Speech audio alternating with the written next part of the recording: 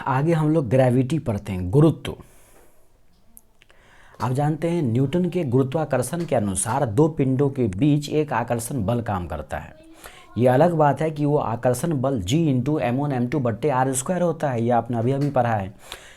आगे ये कह रहे हैं कि यदि उनमें से एक पिंड पृथ्वी हो जाए तो इसी आकर्षण बल को हम लोग ग्रेविटी कहते हैं या गुरुत्व कहते हैं।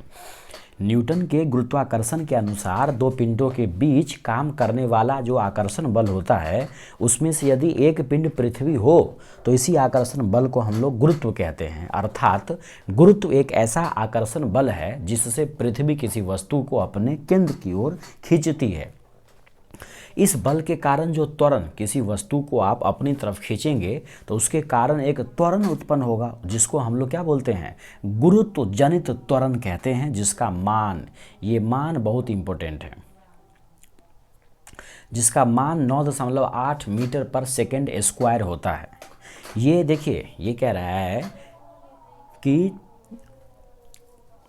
पृथ्वी जो है किसी भी वस्तु को अपने केंद्र की ओर खींचती है, तो खींचते हैं तो उसके कारण उस वस्तु पर एक एक्सेलरेशन, त्वरण उत्पन्न हो जाता है। उसी त्वरण को हम लोग गुरुत्व जनित त्वरण कहते हैं, क्योंकि ग्रेविटी की वजह से वो त्वरण उत्पन्न हुआ है, स्मॉल जी कहते हैं। और स्मॉल जी का मान 9.8 मीटर पर सेकेंड स्क्वायर होता है। गुरुत्व जनित त्वरण वस्तु के रूप, आकार, द्रव्यमान आदि पर निर्भर नहीं करता है। जो स्मॉल जी का मान है वो वस्तु के रूप या वस्तु के आकार या द्रव्यमान पर निर्भर नहीं करता है। आगे देखते हैं जी के मान में परिवर्तन। पृथ्वी की सतह से ऊपर या नीचे जाने पर, पृथ्वी की सतह से ऊपर या नीचे जाने पर जी का मान घटता है। जैसे मान लीजिए यहाँ पे आप खड़े हैं, यहाँ पे आप खड़े हैं, सीधा सतह पे खड़े हैं आप, इससे आप ऊपर जाएंगे या इससे आप नीचे आएंगे, दोनों केस में, पृथ्वी की सतह से आप ऊपर जाएं या नीचे आए, दोनों केस में क्या होगा, स्मॉल जी का मान घटता है। ध्रुवों पर जी का मान अधिकतम होता है। जो ध्रुव, जैसे मान लीजिए पृथ्वी है, तो ये इसका, ये इसका यहाँ पे एक ध्रुव हुआ और एक ध्रुव यहाँ पे हुआ, तो इस सेंटर पे और यहाँ पे जी का मान अधिकतम होता है। आपको याद रखना है क्या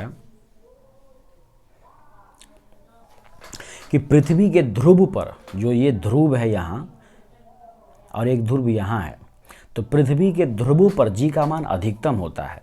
जबकि ये जो विषुवत रेखा है, ये वाला, ये जो विषुवत रेखा दिख रहा है आपको, ये जो विषुवत रेखा दिख रहा है ना, ये जो विषुवत रेखा है, यहाँ पर जी का मान न्यूनतम होता है। तो आपको क्या याद रखना है, एक तो ऊपर नीचे जाते हैं तो जी का मान घटता है, दोनों ध्रुवों पर जी का मान क्या होता है, अधिकतम होता है। लेकिन जो विषुवत रेखा होता है, जो पृथ्वी को दो बराबर भागों में बांटता है, वहाँ पर जी का मान क्या होता है, न्यूनतम होता है। आगे देखिए, पृथ्वी के घूर्णन गति को बढ़ा दिया जाए तो जी का मान कम हो जाएगा। पृथ्वी का घूर्णन गति बढ़ेगा, पृथ्वी तेजी से घूमने लगेगी तो जी का मान कम हो जाएगा, और पृथ्वी का घूर्णन गति अगर कम कर दिया जाए तो जी का मान बढ़ जाएगा। पृथ्वी के घूर्णन गति को बढ़ा दिया जाए तो जी का मान कम होगा, और पृथ्वी का घूर्णन गति घटेगा तो जी का मान बढ़ जाएगा।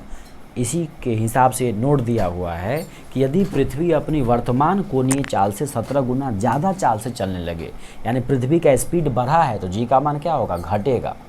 तो अगर 17 गुना अधिक तेजी से चलने लगे तो भूमध्य रेखा पर रखी वस्तु का भार शून्य हो जाएगा, यानी वहाँ भारहीनता की स्थिति आ जाएगी। लेकिन ध्रुव पर जी के मान में कोई परिवर्तन नहीं होगा।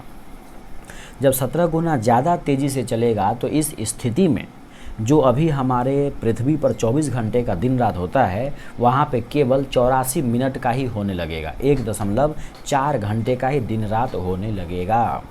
आगे बोला है कि यदि पृथ्वी अपने अक्ष पर घूमना ही बंद कर दे, घूमना बंद करे तो उसका स्पीड बढ़ेगा कि घटेगा, स्पीड कम हो रहा है, स्पीड कम हो रहा है तो जी का मान बढ़ेगा। तो जी का मान क्या हो जाएगा, ध्रुवों को छोड़कर बाकी हर जगह बढ़ जाएगा, यानी ध्रुवों पर जी के मान में कोई परिवर्तन नहीं होगा, जी का मान अधिकतम होगा, तो हर वक्त हमेशा अधिकतम ही रहेगा। सतह से ऊपर नीचे जाने पर जी का मान घटेगा और विषुवत रेखा पर जी का मान न्यूनतम होगा। आगे देखते हैं किसी लिफ्ट में वस्तु के भार पर क्या प्रभाव पड़ता है। लिफ्ट में वस्तु का भार देखिए, weight of a body in lift. जब लिफ्ट ऊपर की ओर जाती है तो लिफ्ट में स्थित पिंड का भार बढ़ा हुआ प्रतीत होता है।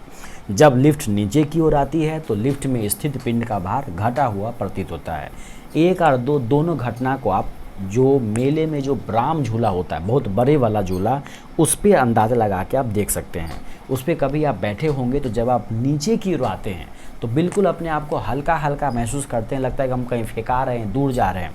तो नीचे आते समय हल्का हो जाता है और ऊपर जाते समय भारी हो जाता है। तो वही बात यहाँ पर भी है कि जब लिफ्ट ऊपर की ओर जाती है तो लिफ्ट में जो वस्तु होता है, जो आदमी होता है, जो भी पिंड होता है, उसका भार बढ़ा हुआ प्रतीत होता है। लेकिन जब लिफ्ट नीचे आती रहती है या फिर वो झूला नीचे आता रहता है तो लिफ्ट में बैठे हुए या झूले में बैठे हुए आदमी का भार कम महसूस होता है, घटा हुआ। लेकिन ये दोनों काम कब होगा? जब एक्सेलरेशन के साथ आएगा तब। आगे कह रहा है कि जब लिफ्ट एक समान वेग के साथ ऊपर या नीचे जाती है तो लिफ्ट में स्थित पिंड के भार में कोई परिवर्तन नहीं होता है। यानी जब लिफ्ट एक समान वेग के साथ ऊपर या नीचे गति करेगी तो लिफ्ट में स्थित पिंड के भार में कोई परिवर्तन नहीं होगा। यदि नीचे उतरते समय लिफ्ट की डोरी टूट जाती है तो वह मुक्त पिंड की भांति नीचे गिरती है। ऐसी स्थिति में लिफ्ट में स्थित पिंड का भार शून्य हो जाता है। इसी को हम लोग भारहीनता कहते हैं।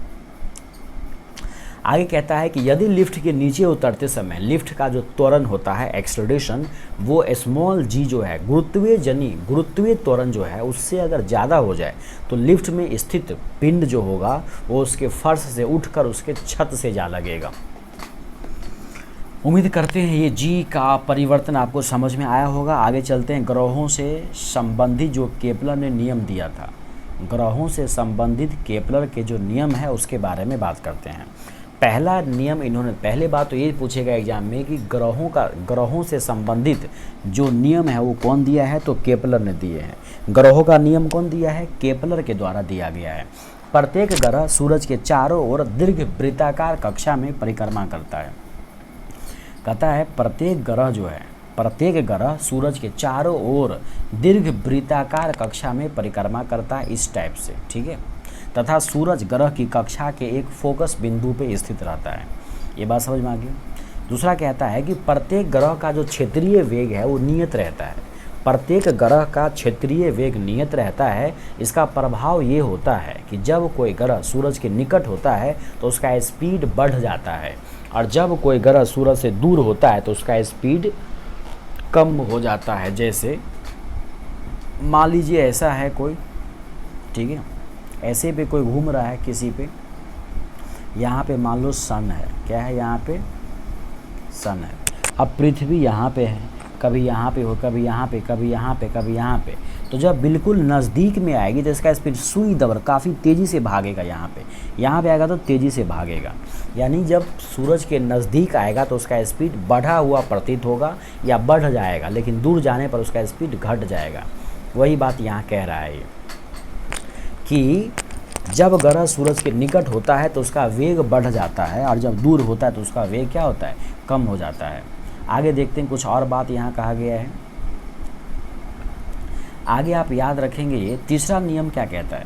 तो ग्रहों का नियम केपलर ने दिया। पहला तो बोला कि प्रत्येक ग्रह जो है वो दीर्घ वृत्ताकार कक्षा में घूमता है। दूसरा बोला कि सबका जो क्षेत्रीय वेलोसिटी है, एरियल वेलोसिटी, जो क्या है वो क्षेत्रीय वेग नियत रहता है। और तीसरा कहता है कि सूरज के चारों ओर कोई भी ग्रह जो चक्कर लगाता है ना, एक चक्कर, उसको हम लोग बोलते हैं परिक्रमण काल। सूरज के चारों ओर ग्रह को एक चक्कर लगाने में जितना समय लगता है उसे उसका परिक्रमण काल कहते हैं। परिक्रमण काल का जो वर्ग होता है उसका स्क्वायर, परिक्रमण काल का वर्ग ग्रह से औसत दूरी के घन के समानुपाती होता है।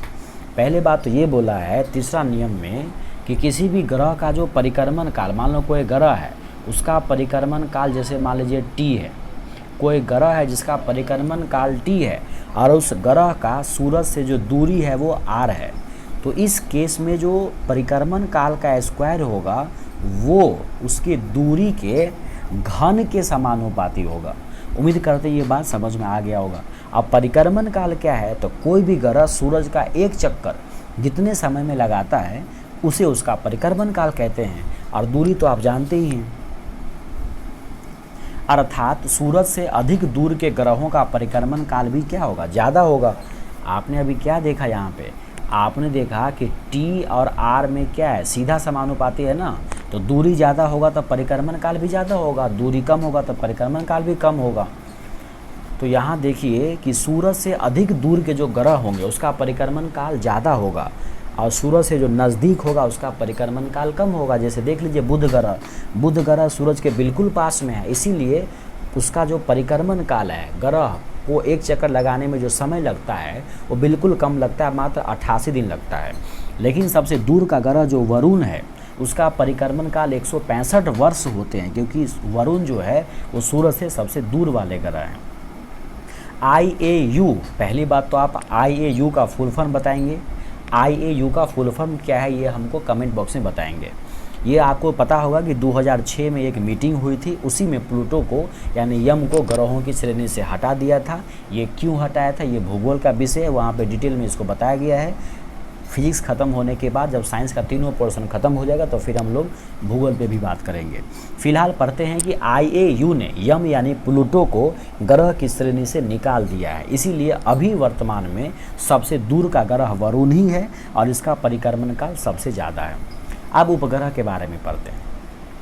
किसी भी ग्रह के चारों ओर परिक्रमा करने वाले जो पिंड होते हैं उसको उसी ग्रह का हम लोग क्या बोलते हैं, उपग्रह कहते हैं। किसी भी ग्रह के चारों ओर परिक्रमा करने वाले जो पिंड होते हैं उसको उस ग्रह का उपग्रह कहते हैं। जैसे चंद्रमा पृथ्वी का एक उपग्रह है, चंद्रमा क्या है, पृथ्वी का एक उपग्रह है और ओनली नेचुरल सैटेलाइट एक ही है मात्र। अब यहाँ से सवाल पूछता है कि उपग्रह का कक्षीय चाल क्या होता है।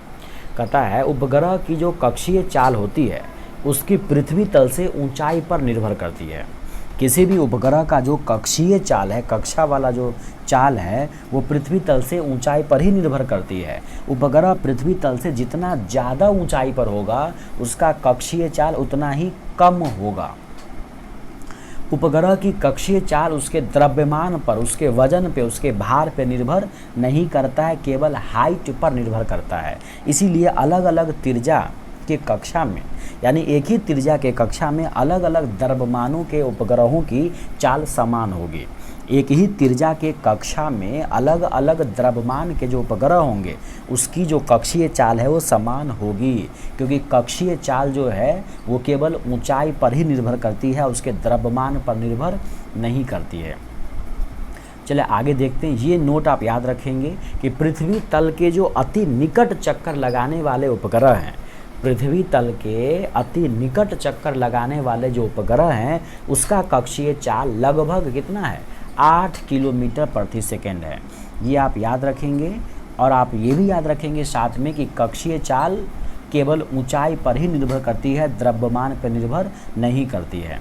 आगे चलते हैं परिक्रमण काल के बारे में। Period of revolution of a satellite.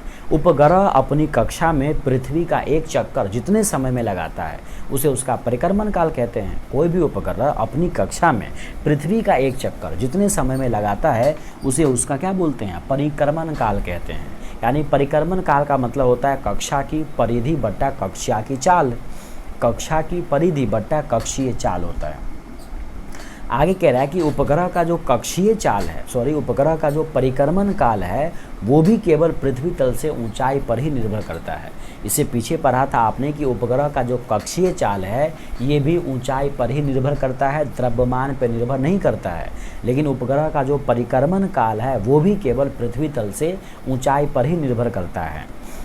कहता है उपग्रह जितना अधिक दूरी पर होगा या जितना अधिक ऊंचाई पर होगा उतना ही ज़्यादा उसका परिक्रमण काल, जो जितना ज़्यादा दूर होगा उसका परिक्रमण काल उतना ही ज़्यादा होगा।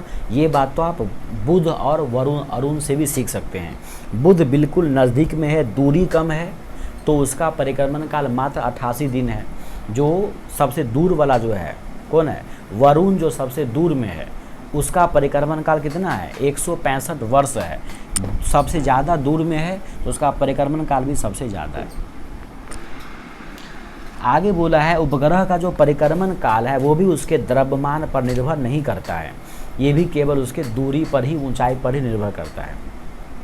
पृथ्वी के अति निकट चक्कर लगाने वाले जो उपग्रह हैं उसका परिक्रमण काल 1 घंटा 24 मिनट का होता है।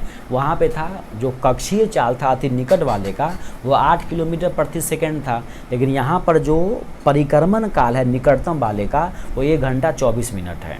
भूअस्थायी उपग्रह, ऐसा उपग्रह, यहाँ से सवाल एक बार बना है, कई बार पूछा गया है। भूअस्थायी उपग्रह, ऐसा उपग्रह जो पृथ्वी के अक्ष के लंबवत तल में पश्चिम से पूरब की ओर पृथ्वी की परिक्रमा करता है तथा जिसका परिक्रमण काल पृथ्वी के परिक्रमण काल के ही समान होता है, यानी 24 घंटे होता है, भूअस्थायी उपग्रह कहलाता है। भूअस्थायी उपग्रह का मतलब हुआ एक ऐसा उपग्रह जिसका पूरा तामझाम पृथ्वी के समान हो, उसके घूमने उमने का सिस्टम भी पृथ्वी के ही समान हो, भूअस्थायी उपग्रह कहलाता है। यह उपग्रह पृथ्वी तल से लगभग 36,000 किलोमीटर की ऊंचाई पर रहकर पृथ्वी का परिक्रमण करता है।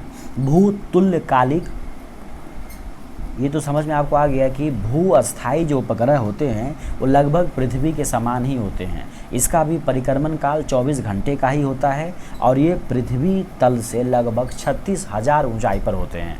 आगे आपको एक बात याद रखना ये है कि भूतुल्यकालिक कक्षा में संचार उपग्रह स्थापित करने की जो संभावना है उसको सबसे पहले आर्थर सी क्लार्क ने व्यक्त किया था। ये बात आप याद रखेंगे। अब है पलायन वेग। पलायन वेग किसको बोलते हैं? पलायन वेग एक ऐसा न्यूनतम वेग है जिससे किसी भी पिंड को पृथ्वी की सतह से ऊपर किसी भी ओर फेंक दिया जाए तो वो गुरुत्वीय क्षेत्र को पार करके कहीं और चला जाता है, पृथ्वी पर वापस नहीं आता है। तो पृथ्वी के लिए जो पलायन वेग है उसका मान 11.2 किलोमीटर प्रति सेकेंड है। ये बात आप याद रखेंगे। पृथ्वी के लिए जो पलायन वेग है ना, या पृथ्वी का जो पलायन वेग है वो 11.2 किलोमीटर प्रति सेकेंड है। यानी पृथ्वी तल से किसी भी वस्तु को 11.2 किलोमीटर प्रति सेकेंड या उससे ज़्यादा स्पीड से ऊपर किसी भी दिशा में फेंक दिया जाए तो वस्तु फिर पृथ्वी तल पर वापस नहीं आएगी। उपग्रह के लिए कक्षीय वेग। उपग्रह के लिए कक्षीय वेग का मतलब हुआ ऑर्बिटल स्पीड, लिखा है क्या हो जाएगा, √GRE हो जाएगा, तथा पृथ्वी तल से जो पलायन वेग हो जाएगा वो अर्थ वेलोसिटी के बारे में कह रहा है, इक्वल हो जाएगा √2GRE डैश हो जाएगा। अतः ये जो VE है वो इक्वल हो जाएगा √2VO हो जाएगा। इसको मोटे तौर पे समझिए कि पलायन वेग जो है वो कक्षीय वेग का √2 गुना होता है। पलायन वेग कक्षीय वेग का √2 गुना होता है। इसलिए यदि किसी उपग्रह का कक्षीय वेग √2 गुना बढ़ा दिया जाए या 41% बढ़ा दिया जाए तो वह उपग्रह अपनी कक्षा छोड़कर पलायन कर जाएगा। यह आपको याद रखना है। आगे चलते हैं। टॉपिक नंबर 4 समाप्त हो गया। अब हम 5 चलते हैं, दाब। अब हम लोग प्रेशर पढ़ते हैं। क्या पढ़ेंगे? प्रेशर। किसी सतह के एकांक क्षेत्रफल पर लगने वाले बल को दाब कहते हैं। यानी किसी भी सतह के एकांक क्षेत्रफल पर लगने वाले बल को दाब कहते हैं। यानी दाब होता है बल बटे एरिया। इस फार्मूला को आप ध्यान से समझो, यहाँ से बहुत चीज़ सीखने को मिलेगी। दाब बराबर क्या होता है? बल बटे एरिया होता है। दाब बराबर होता है बल बटे एरिया, यानी कितना क्षेत्रफल पर आपने कितना बल लगाया है। अब देखिए एरिया नीचे पे है, क्षेत्रफल कहाँ पे है? नीचे में ना क्षेत्रफल नीचे में है, तो क्षेत्रफल ज़्यादा होगा तो दाब कम होगा। व्युत्क्रमानुपाती है ना वो, या दाब ज़्यादा होगा तो क्षेत्रफल कम होगा। इसको ऐसे समझ लो आप, जब आप दोनों पैर पे खड़े होते हैं, जब आप दोनों पैर पे किसी आदमी के पीठ पे खड़े होते हैं तो जो आपका दाब लग रहा है उस आदमी पे, वो दाब क्या होगा? दोनों पैर क्षेत्रफल ज़्यादा है तो दाब कम लग रहा होगा। फिर आप एक पैर से उसके पीठ पे खड़ा हो जाओ तो उसको ज़्यादा दबाव महसूस होगा। फिर आप एक उंगली पे खड़े हो जाओ तब उसको और ज़्यादा दाब महसूस होगा। यानी जैसे जैसे क्षेत्रफल कम हो रहा है दाब बढ़ता जा रहा है। समझ में आ रहा है बात? दाब क्या हो रहा है? बढ़ता जा रहा है। तो दाब का ऐसा ही मात्रक होता है न्यूटन बटे मीटर स्क्वायर, क्योंकि दाब होता है बल बटे क्षेत्रफल। दाब क्या होता है? बल बटे क्षेत्रफल। बल का होता है न्यूटन, क्षेत्रफल का होता है मीटर स्क्वायर।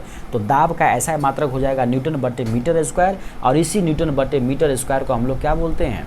पास्कल कहते हैं। तो दाब का ऐसा मात्रक क्या है? पास्कल भी है और न्यूटन बटे मीटर स्क्वायर भी है। दाब एक क्या है? अदिश राशि है। दाब क्या है? अदिश राशि है। आगे देखते हैं वायुमंडलीय दाब के बारे में समझते हैं। एटमॉस्फेरिक प्रेशर क्या है? सामान्य तौर पर वायुमंडलीय दाब एक ऐसा दाब होता है जो पारे के 76 सेंटीमीटर लंबे कॉलम के द्वारा 0 डिग्री सेल्सियस पर 45 डिग्री अक्षांश पर समुद्र तल पर लगाया जाता है। यह एक वर्ग सेंटीमीटर अनुप्रस्थ काट वाले पारे के 76 सेंटीमीटर लंबे कॉलम के भार के बराबर होता है। ये बात आपको कुछ खास समझ में नहीं आया होगा, मैं आपको बताता हूँ। एक आप ट्यूब ले लो 1 सेंटीमीटर वर्ग, 1 सेंटीमीटर वाला, 1 सेंटीमीटर स्क्वायर वाला, उसके 76 सेंटीमीटर लंबे कॉलम में जब आप पारा भरते हो, इसको 0 डिग्री सेल्सियस पर 45 डिग्री झुका करके रखते हो या 45 डिग्री अक्षांश पे रखते हो, तो वो जो पारा है मरकरी, वो उस ट्यूब पे जितना प्रेशर डालेगा वही प्रेशर एक वायुमंडलीय दाब के बराबर होता है। वायुमंडलीय दाब का ऐसा मात्रक बार होता है, एक बार में 10 की पावर 5 न्यूटन पर मीटर स्क्वायर होता है, और न्यूटन बटे मीटर स्क्वायर को क्या बोलते हैं? पास्कल बोलते हैं। तो एक बार बराबर 10 की पावर 5 पास्कल होता है। तो वायुमंडलीय दाब जो है वो 10 की पावर 5 न्यूटन बटे मीटर स्क्वायर या एक बार के बराबर होता है। पृथ्वी की सतह से ऊपर जाने पर वायुमंडलीय दाब कम हो जाता है। इस बात को तो आप रट लो। पृथ्वी की सतह से ऊपर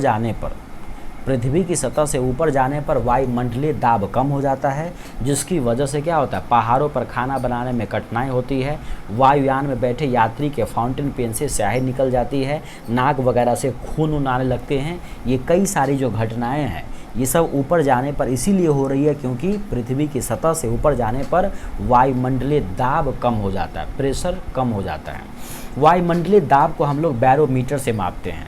वायुमंडलीय दाब को बैरोमीटर से मापा जाता है। इसकी सहायता से मौसम संबंधी पूर्वानुमान भी आप लगा सकते हैं।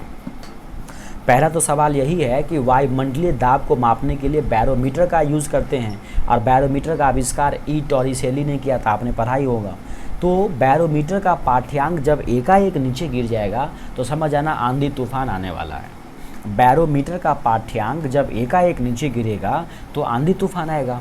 बैरोमीटर का पाठ्यांक जब धीरे धीरे नीचे गिरता है तो वर्षा होने की संभावना होती है, और बैरोमीटर का पाठ्यांक जब धीरे धीरे ऊपर चढ़ता है तो मौसम साफ रहने की संभावना होती है। आगे पढ़ते हैं हम लोग द्रव में दाब, प्रेशर इन लिक्विड। द्रव के अणुओं द्वारा बर्तन की दीवार अथवा तली के प्रति एकांक क्षेत्रफल पर लगने वाले बल को हम लोग द्रव का दाब कहते हैं।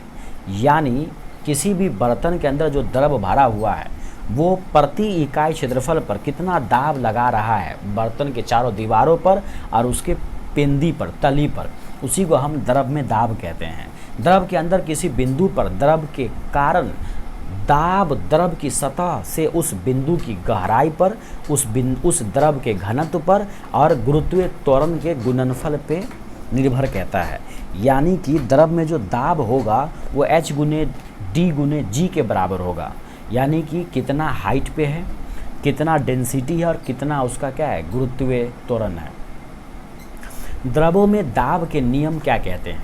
पहला कहता है स्थिर द्रव में एक ही क्षैतिज तल पर स्थित सभी बिंदुओं पर दाब समान होते हैं। यानी द्रव अगर रुका हुआ है, किसी बोतल में द्रव अगर रुका हुआ, आप प्रैक्टिकली करके देख लेना। एक 2 लीटर का बोतल लेना, उसमें पूरा पानी भर देना और किसी एक लेवल पे चारों साइड से उसमें छेद कर देना। फिर देखना जो पानी का बहाव होगा, जितना डिस्टेंस पर एक छेद से पानी गिर रहा है ज़मीन पर, उतना ही डिस्टेंस पर चारों तरफ जो है पानी गिरता हुआ नज़र आएगा। तो ये वही कहता है कि स्थिर द्रव में एक ही क्षैतिज तल में स्थित सभी बिंदुओं पर दाब क्या होते हैं, समान होते हैं। आगे कहता है स्थिर द्रव के भीतर किसी बिंदु पर दाब प्रत्येक दिशा में बराबर होता है। स्थिर द्रव के भीतर किसी बिंदु पर अगर दाब लगेगा तो प्रत्येक दिशा में बराबर हो जाएगा। द्रव के भीतर किसी बिंदु पर दाब स्वतंत्र तल से बिंदुओं की गहराई के समानुपाती होता है। यानी द्रव के भीतर जो दाब है वो उस द्रव के गहराई पर निर्भर करता है। किसी बिंदु पर द्रव का जो दाब है वो द्रव के घनत्व, डेंसिटी पर भी निर्भर करता है। घनत्व ज़्यादा होगा तो दाब ज़्यादा होगा, गहराई ज़्यादा होगा तो भी दाब ज़्यादा होगा। तो गहराई और घनत्व पर द्रव का जो है, द्रव के दाब का प्रभाव पड़ता है। अब द्रव दाब संबंधी पास्कल के नियम क्या कहते हैं? पास्कल के नियम का पहला कथन कहता है कि यदि गुरुत्वीय प्रभाव को हम न माने, गुरुत्वीय प्रभाव को नगण्य मान लिया जाए तो संतुलन की अवस्था में द्रव के भीतर प्रत्येक बिंदु पर दाब समान माना जाएगा। दूसरा कहता है, पास्कल के नियम का दूसरा कथन कहता है कि किसी बर्तन में बंद द्रव के किसी भाग पर जो बल लगाएंगे वो द्रव द्वारा सभी दिशाओं में समान रूप से फैला दिया जाएगा। आपको तो बस इससे मतलब है कि पास्कल के नियम में कौन कौन से यंत्र काम कर रहे हैं। तो जो हाइड्रोलिक लिफ्ट होता है, हाइड्रोलिक प्रेस है, हाइड्रोलिक ब्रेक है, ये तीनों याद रखेंगे आप। पास्कल के नियम पर आधारित कुछ यंत्र हैं, हाइड्रोलिक लिफ्ट, हाइड्रोलिक प्रेस और हाइड्रोलिक ब्रेक। द्रव का दाब उस पात्र के आकार या आकृति पर निर्भर नहीं करता है जिसमें उस द्रव को आपने रखा है। अगर निर्भर करता है तो उसकी डेंसिटी क्या है, उसकी गहराई क्या है, इन सब चीज़ों पे निर्भर करता है। आगे देखते हैं। आगे लिखा है गलनांक तथा क्वथनांक पर दाब का प्रभाव। गलनांक, गर्म करने पर जिन पदार्थों का आयतन बढ़ता है, दाब बढ़ाने पर उसका गलनांक भी बढ़ जाता है। जैसे मोम, घी और डालडा वगैरह। ये रहेगा हाथ में छोटा सा, लेकिन कढ़ाई में रखने पर बहुत फैल जाता है। तो गर्म करने पर मोम हो, घी हो, डालडा का आयतन बढ़ता है। तो इस पर अगर आप दाब बढ़ाएंगे तो इसका गलनांक भी क्या होगा, बढ़ेगा।